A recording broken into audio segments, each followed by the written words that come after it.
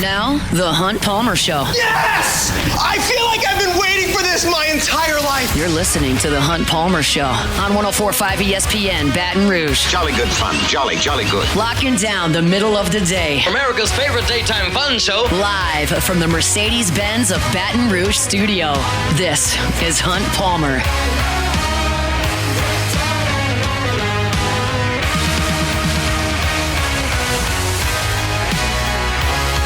Number 2, Tuesday edition of the Hunt Palmer Show. Appreciate you hanging out with us here on 104.5 ESPN Baton Rouge. Sharief, Ishaq, and Glen West. We think over the next 30 minutes, we're going to try to link up with Glen West here in the next segment. Try to link up with Sharief, Ishaq at 2:30. If either guy is still working their actual jobs instead of hanging out with me for 15 minutes, we'll let that go. But if they have moved on from Saints minicamp and then the interviews and then the media session over at Alec Box Stadium, then we'll get to those guys here in the next two segments. A little housekeeping. I want to keep y'all posted. I am headed to Omaha on Thursday. I'll fly out Thursday morning. Anthony Renato is going to do my show for 2 hours here on Thursday. I'm sure he'll have a ton of awesome guests with his former teammates and great stories. It's a guy who won a title up there in Omaha and was really, really good in the process. So excited for Anthony to fill those 2 hours on Thursday. I'll get settled on Thursday, and then Friday I will have my show from the Ameristar in Council Bluffs, Iowa. So if you're coming in Friday and you're staying over in Council Bluffs, or you want to come over and hang out in the sports book and hang out with me while I do the show from 1 to 3 on Friday, we'd love to have you over at the Ameristar. I'm also going to be doing a pregame show on Saturday. So if you're headed to Omaha and you are looking for something to do before the game, which is at 6 o'clock, LSU and Arkansas, I think I'm going to be on from 2 to 4. We'll nail that down over the next 48 hours, but I think 2 to 4 from the sportsbook over there at the Ameristar. All of our coverage from Omaha, which is going to originate from me, as long as LSU's there, is presented by GoFlow IV Spa, and we certainly appreciate them for making the trip possible. So I'm really, really looking forward to it. Hopefully you are as well. If you're coming to Omaha, come see me at the Ameristar in Council Bluffs. If you're not, lock it in. We'll be there as long as LSU is there. Let's talk some football to crank up the hour here. I missed this a couple days ago, but there are some lines out for college football games coming up in the fall, and 4 of them involve LSU to this point. LSU is a 7-point favorite at home against Florida. That's a week 3 game in Baton Rouge, and I think Florida is among the more fascinating teams this year because everyone was basically on the same page with Florida last year. It was, this roster's not that talented. They've fallen behind with NIL. Billy Napier's feet are hot. That seat is hot. And it feels like this is going to be the end of it. And they found a way late in the season with DJ Lagway at quarterback to beat LSU and to beat Ole Miss. But it still wasn't some sort of monumental season. They won 8 games. So the question is, does this offseason feel like last offseason with the schedule's still really hard? Is Billy Napier going to make it through all that? Because you still got to play all these teams. You got to play Georgia. You got to play LSU. You got to play Ole Miss. You got to play Texas. That's a lot. You got to go play Tennessee. Can he survive all that? Is Florida State a little bit better? Can they provide some resistance in the season finale? We don't have to worry about any of that on the back end. LSU's catching Florida right up front. And DJ Lagway and that team are coming into Tiger Stadium, and it's going to be really hot. And they think LSU is a touchdown better. And I think based on the roster, that's probably fair. What changes that dynamic is if DJ Lagway takes a big jump from his freshman year where he did suffer a tough injury in the middle that can kind of stunt your development. And if he's a star and he's potentially the best quarterback in the SEC, well, that all of a sudden gets real interesting real quick. I think most people would suggest that LSU is a touchdown better than Florida. Certainly in Tiger Stadium, you would feel that way. But Florida is a fascinating team. The next game with LSU is the September 27th game at Ole Miss, and the Tigers are a 2.5-point underdog in that game. Now, that's basically just a home field edge. Maybe a little bit less than that. Maybe LSU is a point or two better, but should give Ole Miss a 2.5-point edge based on playing that game at Vaught-Hemingway instead of in Death Valley. Everybody that evaluates Ole Miss entering this season is going to do so essentially based on one drive. Like one drive. Because Jackson Dart has been the quarterback there for 2 seasons. He goes down against Georgia. Austin Simmons comes in and leads a touchdown drive against Georgia. Now, that drive was a damn clinic, but it was one drive. And now that's what everyone's looking at going, well, this is the guy they got to run this offense. And truth be told, like, I'm not going to really react to the one drive as much as I'm going to react to the guy who called the plays on that drive. And I just think that with Lane Kiffin calling plays, if you've got a functional quarterback, that he's going to put up points. Like, he got a lot out of Blake Sims at Alabama.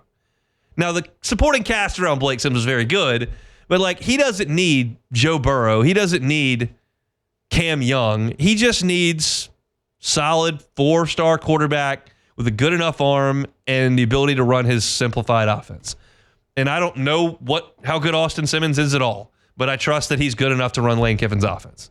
And so I think that Ole Miss will be a quality offensive team, and they'll be a challenge for LSU's defense. That's a September game. In September, LSU's defense in year 2 under Blake Baker, with all these transfer portal additions, will face Cade Klubnik in Clemson, DJ Lagway in Florida, and then Lane Kiffin's Ole Miss offense in September. That's a pretty good indicator of whether or not you've taken the necessary steps to be a national championship contender. If you have, you will win at least 2 of those games. If you have not, you will lose 2 or 3 of them, and we'll have a drastically different conversation. But essentially what Vegas is telling you with a 2.5-point spread in Oxford is that LSU and Ole Miss is about a toss-up, which I think is probably pretty fair. The next game for LSU is Texas A&M in Baton Rouge, October 25th.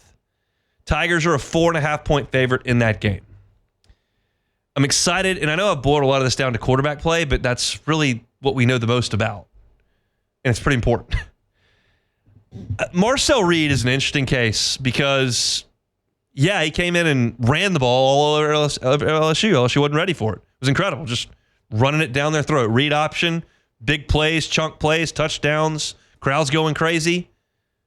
Shows up the next week in Columbia, South Carolina. South Carolina is ready for it. A&M can't move the ball.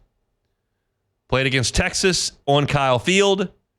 Huge rivalry game. Return of the showdown on Thanksgiving weekend.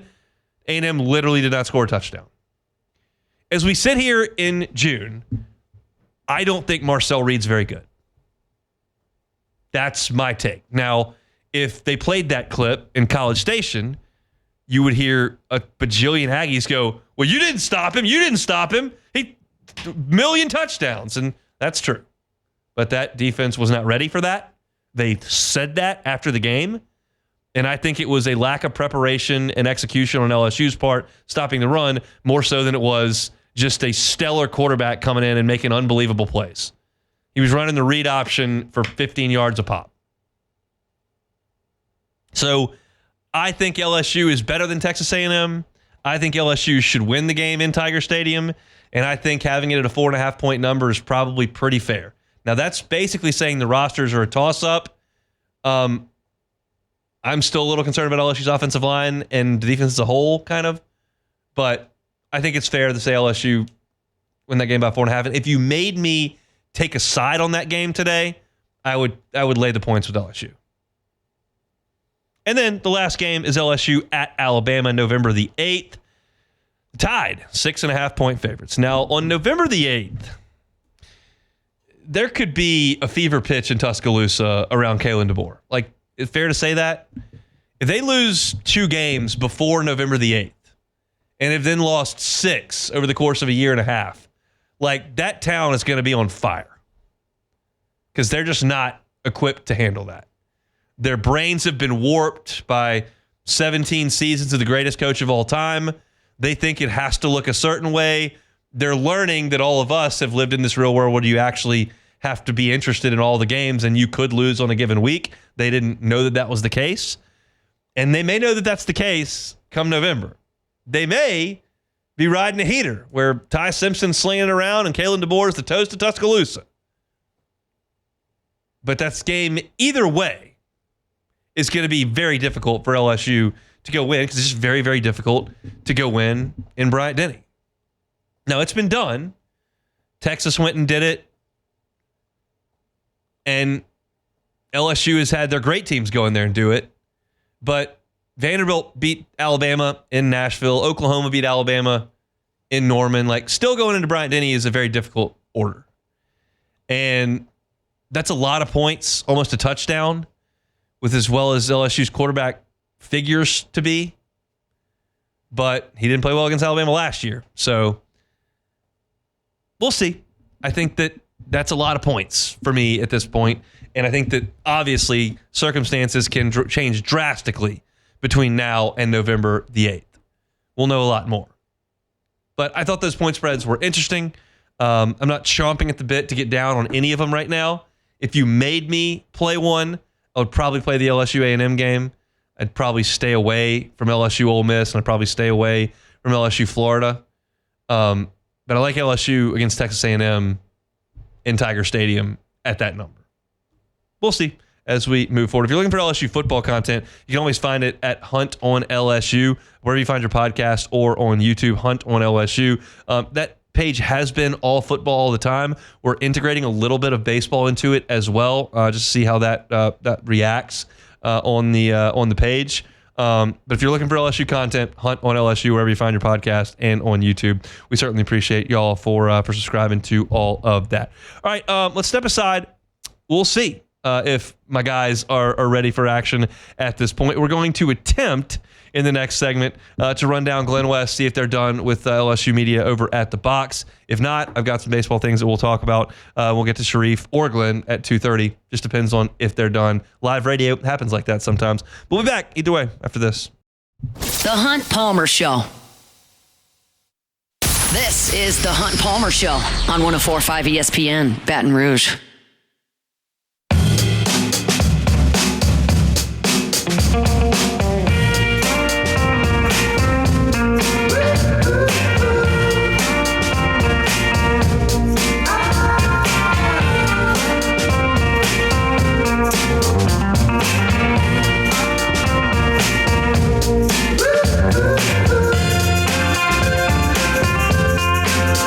Tigers took care of business in regional play and super regional play at the box.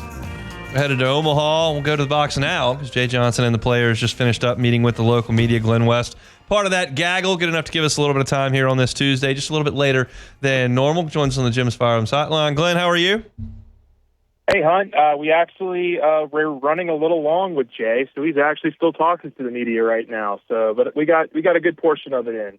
Well, you could have just stayed. I could have handled it. You kind of got a job to do. Fine. But I appreciate you for jumping aboard. I'm assuming Jay gave us his starting pitching plans for the weekend. Is that correct? Oh yes, we're going to get Chase Shores on Saturday. It's going to be Case and Evans backing him up on Saturday. Okay, good. And from there, it's going to be TBD though. Awesome. Okay, yeah. No, that will not come. There will be no announcement, as we well know, as far as starting pitching goes. What's the general vibe with the players today? I talked to Jamie Tutko in the first hour, and he said the guys have been incredibly loose, and it's been a joy to be around. What's your sense and how the team feels as they get ready to go to Omaha? Yeah, I think very excited.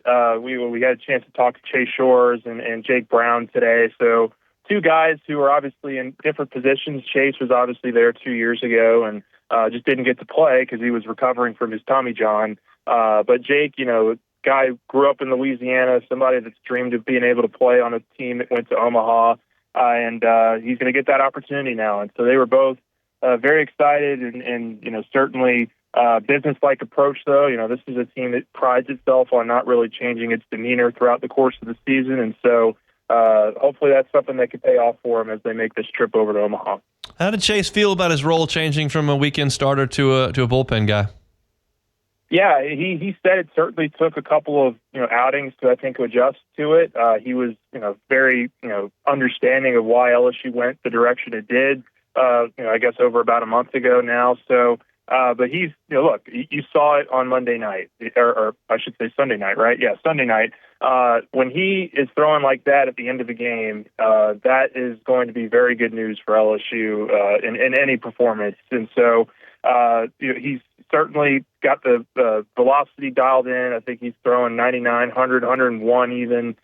He's told us he was, has to check himself from glancing up at the speedometer there when he's on the mound, and certainly it was something he was fighting there in that Sunday game. But when he's rolling, he's somebody that I think has an incredibly valuable role on this team, and wouldn't be a bit surprised if we see him close some games in Omaha too. Do you think he'll be the first guy they go to in the bullpen if they've got a lead to protect it, or do you think that's still Cowan or even potentially Evans? Yeah, I think it could be Shores. I mean, I would even throw Cooper Williams in there. I mean, I don't know how you can watch Cooper Williams on Saturday and not think he can be a guy that can shut the door for you when having a lead. So I think that entire foursome there, a collection of players, those are all guys that are very capable of going out there and throwing strikes and getting you out of a game that you're winning. So, I absolutely could see it being Chase Shores as the kind of backup man to whoever starts on Saturday. But I could also see Cooper Williams in there. I could see Kason Evans. Could see Zach Cowan. This is such an important first game for LSU. You don't need to tell anybody this, but I mean, Arkansas. Jay Johnson just told us it's the most talented team LSU's played all season long, and you certainly want to get off to the right note there and not have to go through the losers bracket like they've done the last couple times Jay Johnson's been to Omaha. He said he'd love to be able to go through the winners bracket just one time, so that's certainly the goal. Yeah, it makes life a lot easier if you can do that, but it's obviously easier said than done. Any concern with LSU's two starting pitchers over the weekend? I don't think so. Look, I think for Saturday, you had Anderson really shoving there through, I believe it was 5 innings, and then the 6th and the 7th kind of got away from him. And I honestly could tell you, I think the elements of that had a lot to do with it. I think it was great that he was able to gut out those final 2 innings and get LSU 6 more outs. So I'm not really putting too much stress on what Anderson did, because he pitched when he was the most important time of the game. He pitched well for LSU, and he kind of gave them the space, gave them the chances there to really build that lead and create some distance and extend a little bit for them in some really, really poor conditions weather-wise. And then with Ianson, certainly there was some things that we haven't seen from him in the last couple months as he's kind of really been dialed in. But I thought it was really important though that he gives up some of those runs there, and then he comes back and he gets LSU out of a couple jams there late in his outing. So I wouldn't be, I don't have any concern. These are the 2 guys that when LSU is throwing out there, they feel very good about their chances of winning the game. And that was something that Johnson, again, reiterated to us just a few minutes ago. Like, when you've got those 2 guys on the mound, you feel pretty good about your chances. Let's talk about Arkansas. You saw them in person 3 times. LSU won that series. How do you feel about the matchup? Yeah, I mean, look, I would be a little bit surprised if we don't get another Anderson, Zach Root, kind of 2.0 there on the mound. I just think it's set up for that way. I mean, they're going to have a whole week between games.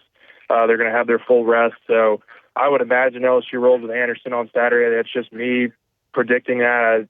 Jay Johnson, again, didn't tell us anything. So, but, look, Arkansas is a very talented lineup from top to bottom. The stigma on that program over the last several years has been that they can pitch really well, but the hitting has been a little bit sparse. This year, they are a very good hitting team, and it's going to be very important for LSU to come out and attack those hitters, whoever's on the mound, and certainly from an offensive perspective, try to run up Zach Root's pitch count, whoever's pitching for Arkansas's pitch count, and try to get them out of the game as early as possible, because Omaha is not a field that you can really rely heavy on the power as we've seen in the past. But this is a team that I think in LSU that's very capable of winning in a number of different ways, as they proved this last weekend. I mean, LSU scored 1 billion runs over the weekend against what I would call a pretty mediocre pitching staff from West Virginia in really good hitting conditions. Do you take more from that, which is the most recent thing that we've seen, or more from LSU's struggles away from Ally Box Stadium now that they're hitting the road? I mean, what's more important? Yeah, it's not hard to go that route because you're right. They have been a vastly different team when they've been away from Alex Box, and so they're certainly going to, I think, have to prove that to themselves that they can hit in those kinds of conditions on the road. But look, I think LSU fans will travel well. Hopefully, the Bats will travel well too, and they can have a good home field advantage there in those first couple games. But yeah, it's a very legitimate question, and I think a legitimate concern as to how far this team can go in the tournament is going to be heavily reliant on the opportunities that they have at the plate and making the most of them. You headed to Omaha?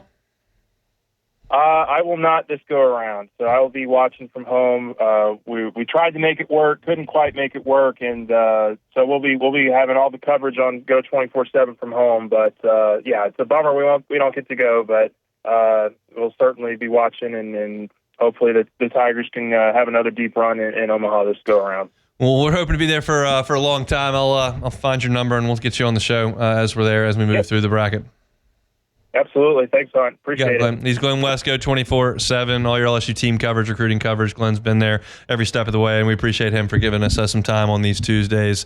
And as we move forward, we'll certainly be talking to him throughout the time that LSU is up in Omaha. All right, Tuesday edition of the Hunt Palmer Show. Hope your work week is off to a good start. Got some good news. Sharief Ishaq is free from his duties at Saints OTAs. Sorry, not OTAs. There's just so many things that go on in the summer. Mandatory minicamp is what the Saints are doing right now. The fans were out there. Sharief was out there, watched practice, certainly had a chance to interview some of the players as well. So we'll talk to Sharief about all of it when we come back. The Hunt Palmer Show. Genesis of Baton Rouge. GenesisofBatonRouge.com is that website. Every car that's on the lot is online at GenesisofBatonRouge.com. How about 10 years, 100,000 miles on the warranty? 10 years, 100,000 miles on the warranty. How about 3 years of complimentary valet maintenance? Those are just some of the perks of being a Genesis driver. Nobody likes to go into the dealership and sit there and wait for your maintenance to be done and watch the prices right and lose all your morning.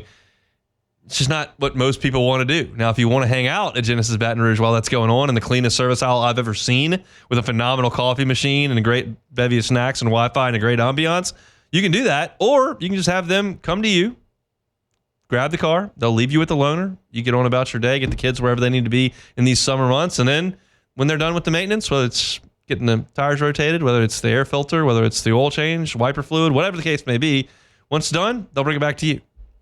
Couldn't be any easier. It's part of the experience of being a Genesis driver. Check out that inventory online at GenesisofBatonRouge.com. Go by and see him airline at Pico across from Women's Hospital. It's Genesis of Baton Rouge. You're listening to The Hunt Palmer Show on 104.5 ESPN, Baton Rouge.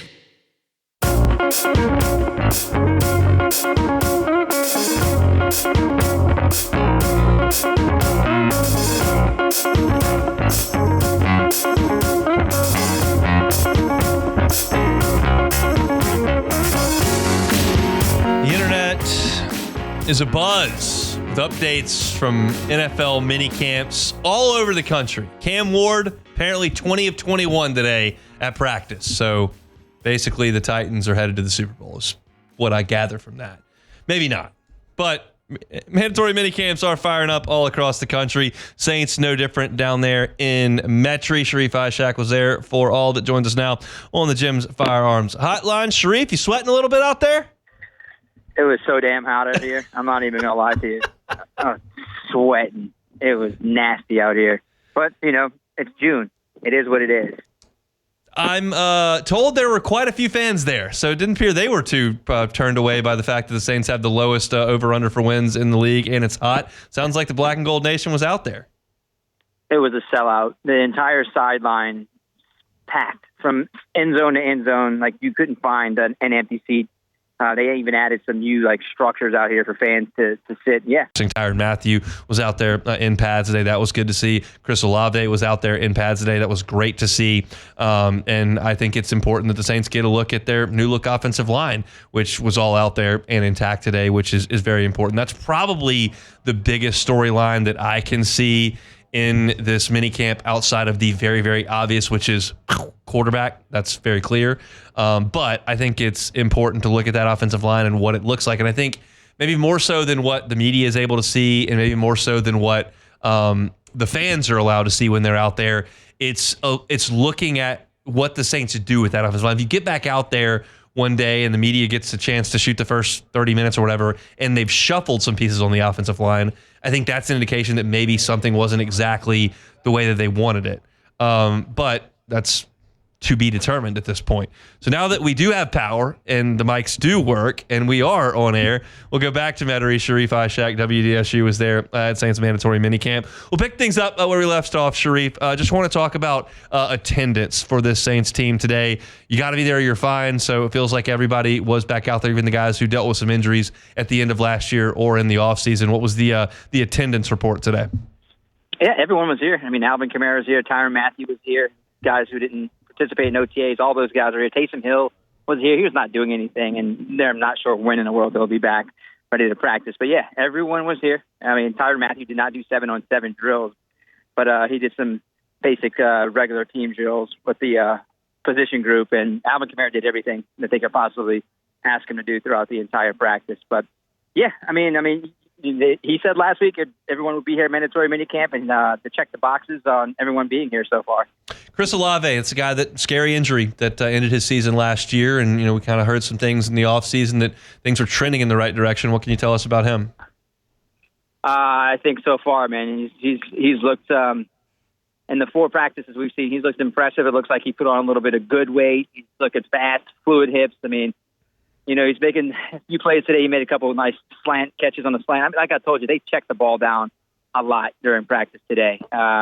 Chuck 11-16, Rattler 10-15, but nothing really deep, nothing really sexy, but a lot of those quick passes, and Olave was involved in some of them, and he looks good. I mean, I just need to see. I see this a lot in your show. I need to see what happens in training camp. I need to see what happens in the game. Can he sustain another basic tackle or hit and be fine?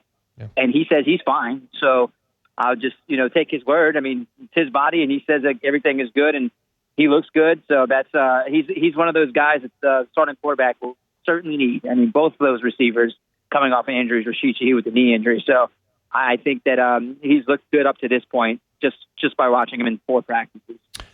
Let's talk about the offensive line. How'd they line it up, and what did that look like? I don't even know what they did. Was it a lot of 7-on-7, or they go full squad? Yeah. And what that line look like?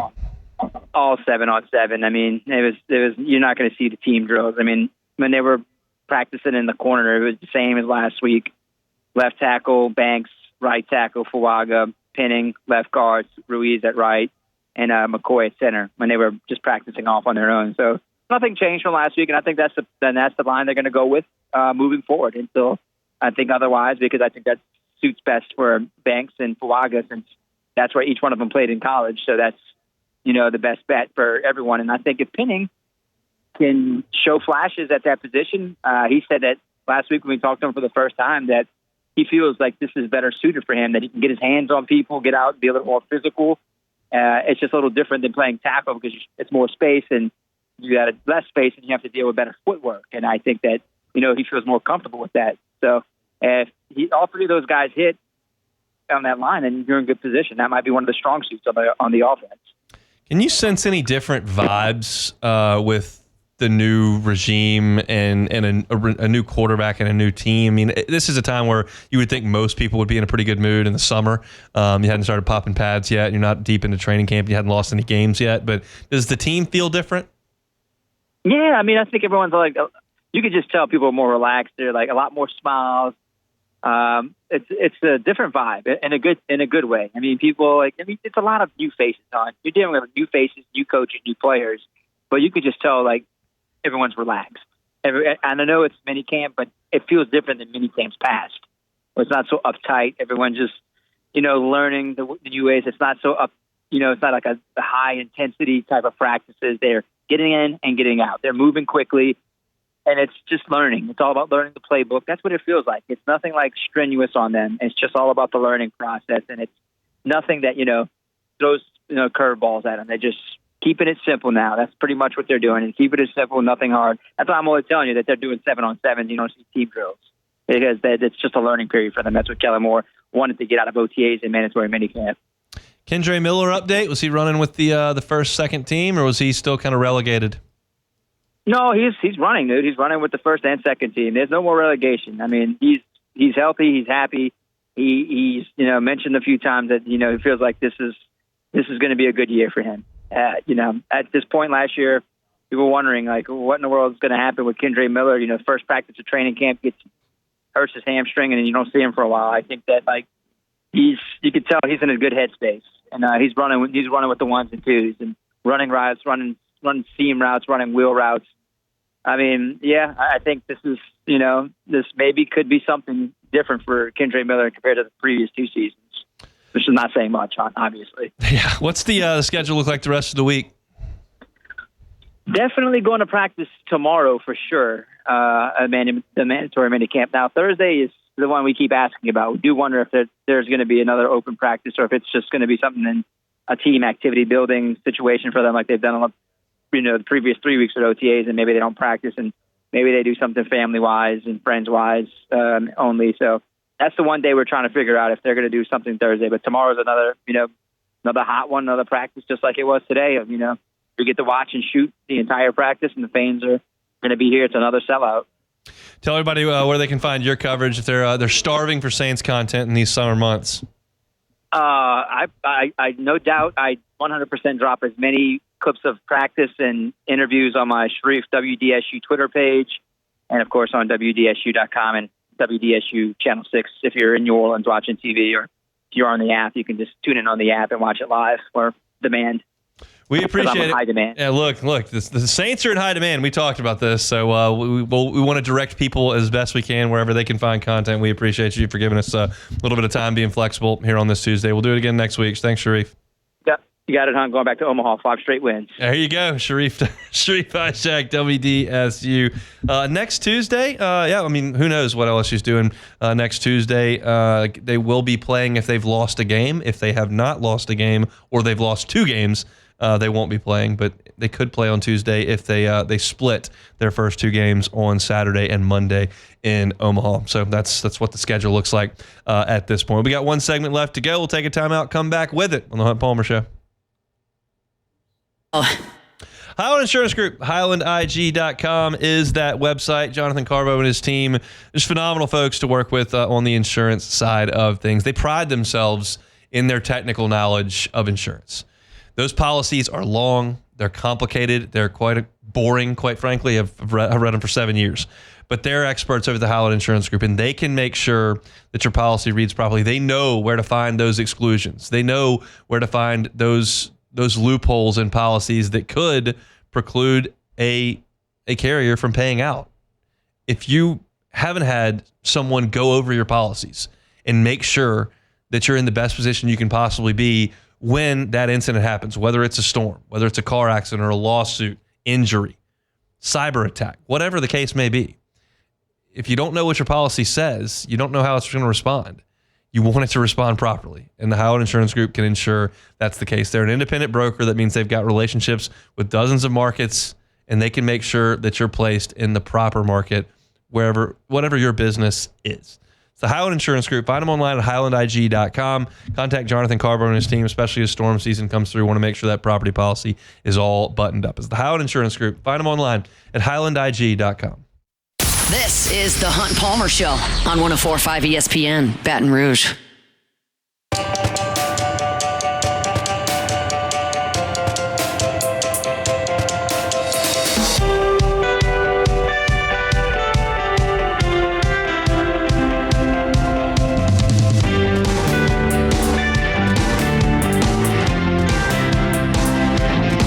Your Fighting Tigers of LSU are back in Omaha, and 104.5 ESPN Baton Rouge has you covered. Listen to a special edition of the Hunt Palmer Show on Friday from 1 to 3 p.m.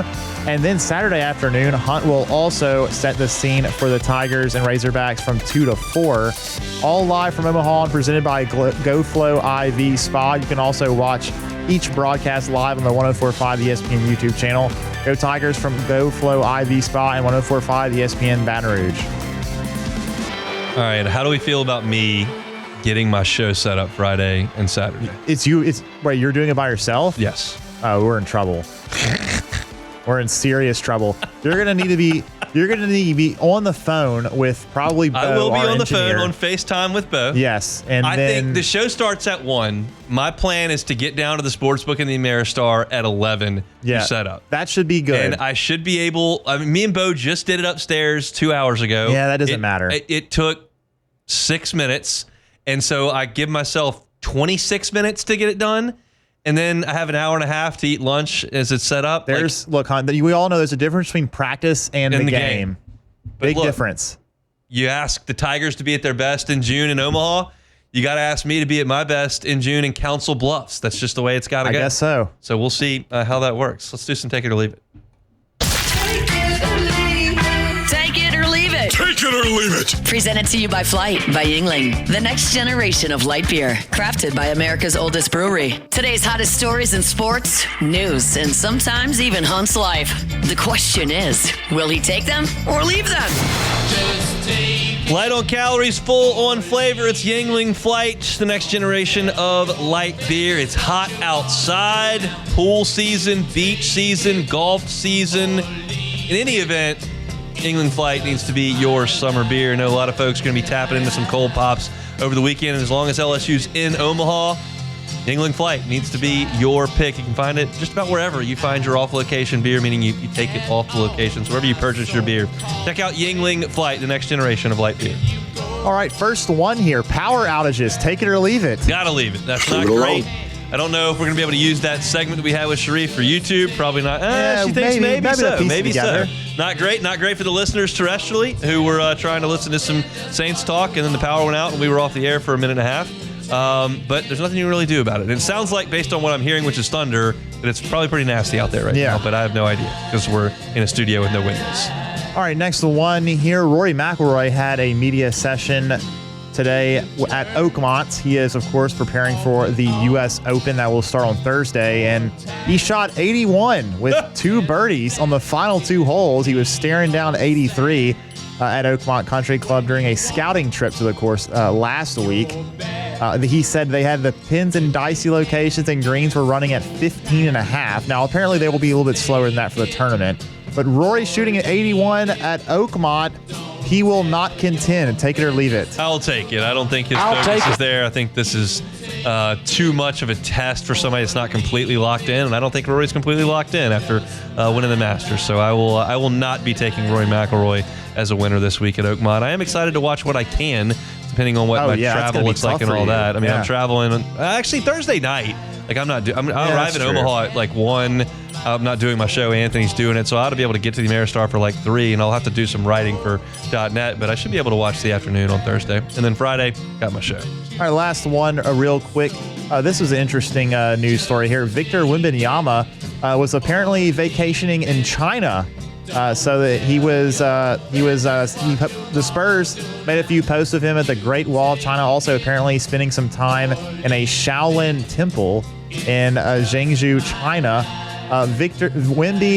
Wemby's China trip will get him an MVP next year. Take it or leave it. I'll leave that. I don't think it have much to do with it. That's just a place I don't have any interest in going to China. Yeah, I just like. There's a lot. I mean, the Great Wall of China is really cool. I mean, there's probably some other like interesting historical things, but not. I need to see the Great Wall. I'm a little intimidated by the speed and the intensity of the culture. It just feels like there's a lot of things happening, a lot that I don't understand because I can't. I'm not equipped to go to China. It's probably a wonderful place for some people with a little different temperament and a little different interest level in that culture. I just don't have either one, so I'm out. I would rather go to Orange Beach or something. I'm pretty comfortable there. They got You're a simple man. They got Yingling flights and golf courses and stuff, so I can handle that. That's it for a Tuesday edition of the Hunt Palmer Show. Appreciate y'all hanging out with us. If you missed any of the show, catch it on demand wherever you find your sound. Search Hunt Palmer Show. Like, subscribe, rate, review. We really appreciate it. I got one more show until I am headed up to Omaha. We'll do it tomorrow. Lots to get to with Saints mandatory minicamp, and we'll start getting you ready for LSU and Arkansas on the show tomorrow. Matt's going to drive you home. Ross Jackson's going to be on talking Saints in 5 minutes. Have a great Tuesday. See you tomorrow for the Hunt Palmer Show. The Hunt Palmer Show.